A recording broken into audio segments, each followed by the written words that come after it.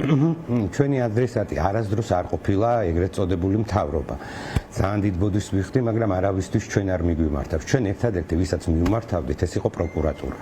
მხოლოდ პროკურატურას, იმიტომ რომ მგონია და მინდა ვცხოვრობდე ისეთ სახელმწიფოში, სადაც პროკურატურა არის დამოუკიდებელი. ყველაზე უფრო ცინიკური არის ის, როდესაც პროკურატურის მაგივრად პასუხობს მთავრობა. და ეს კიდევ ერთხელ ხასუყობს იმას, რომ პროკურატურა მთლიანად დამოკიდებულია ამ მთავრობაზე და გვეუბნება ესეთ რამეს, რომ თურმე თავმოყარე მთავრობა ულტიმატუმის ენას არ პასუხობს. მთავრობას ჩვენ არ მივიმართავთ და არც გვჭირდება ამ შემთხვევაში. ჩვენ გვჭირდებოდა პროკურატურა და მართლა კიდევ ერთხელ ვამბობ, მინდოდა მეცხოვრა ისეთ და აუცილებლად ვიცხოვრობ ისეთ სახელმწიფოში, სადაც პროკურატურა იქნება დამოუკიდებელი ყველანაირი პარტიისგან. პროკურორი, როგორც ვიცით, ჯერ კიდევ ლეგიტიმურია, ის 6 წლით არის არჩეული და უბრალოდ არ ვიცი, ადამიანობა მაინც რო ყოფნიდა, რომ გამოგხმაურებოდა რამეზე, იქნებოდა ძალიან მაგარი. ჩვენ უგამოგვეხმაურებოდა, არ გვაქვს პრეტენზია კი ბატონო, მაგრამ მშობლებს მაინც დალაპარაკებოდა და აეხსნა. მარტივი ენით მაინც, რატომ შეიძლება ეს ბიჭები იჯდნენ სასამართლომდე? ხო არ ვამბობ, სასამართლო არ ჩატარდეს, პირიქით ჩატარდეს და ზუსტად ვიცი იქაც უბედურება იქნება, მაგრამ აქამდე რატომ უნდა იჯდნენ ისინი, ეს არის გაურკვეველი. ამაზე კი არა აქვს პასუხი.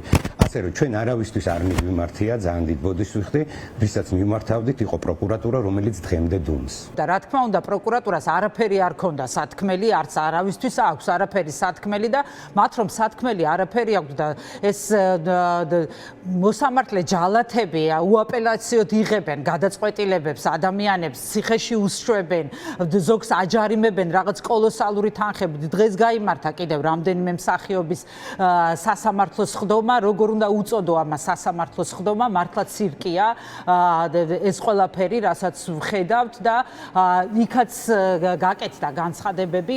რას ნიშნავს დათო, როდესაც ქვეყნისთვის რას ნიშნავს ზოგადად, როდესაც აი ასეთ უკიდურეს პროტესტს მიმართავენ ხელოვანები, როდესაც ასეთ უკიდურეს პროტესტს მასობრივად მიმართავენ მსახიობები, რეჟისორები, თეატრალები და რამდენად ერთიანი ხართ არის ზოგადად აი ეს სფერო აი ამ პროტესტში?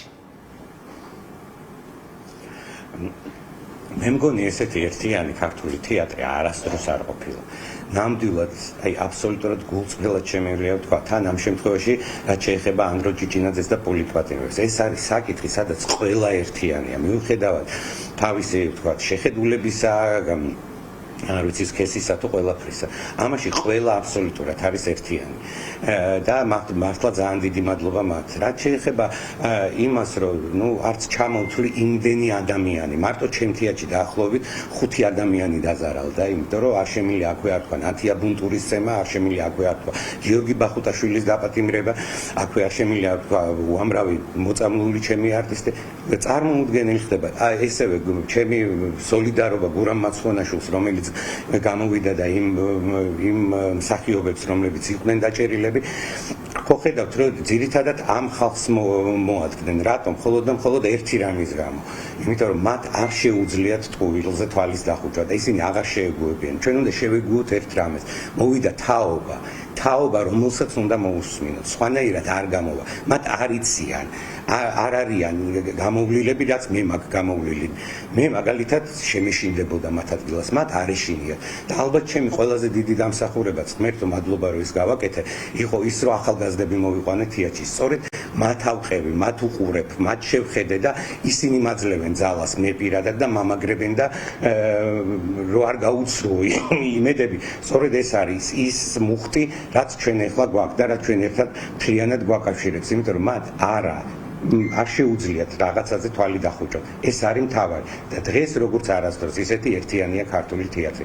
არა მარტო ქართული თეატრი, მგონია რომ მთელი სახელოვნებო სფერო.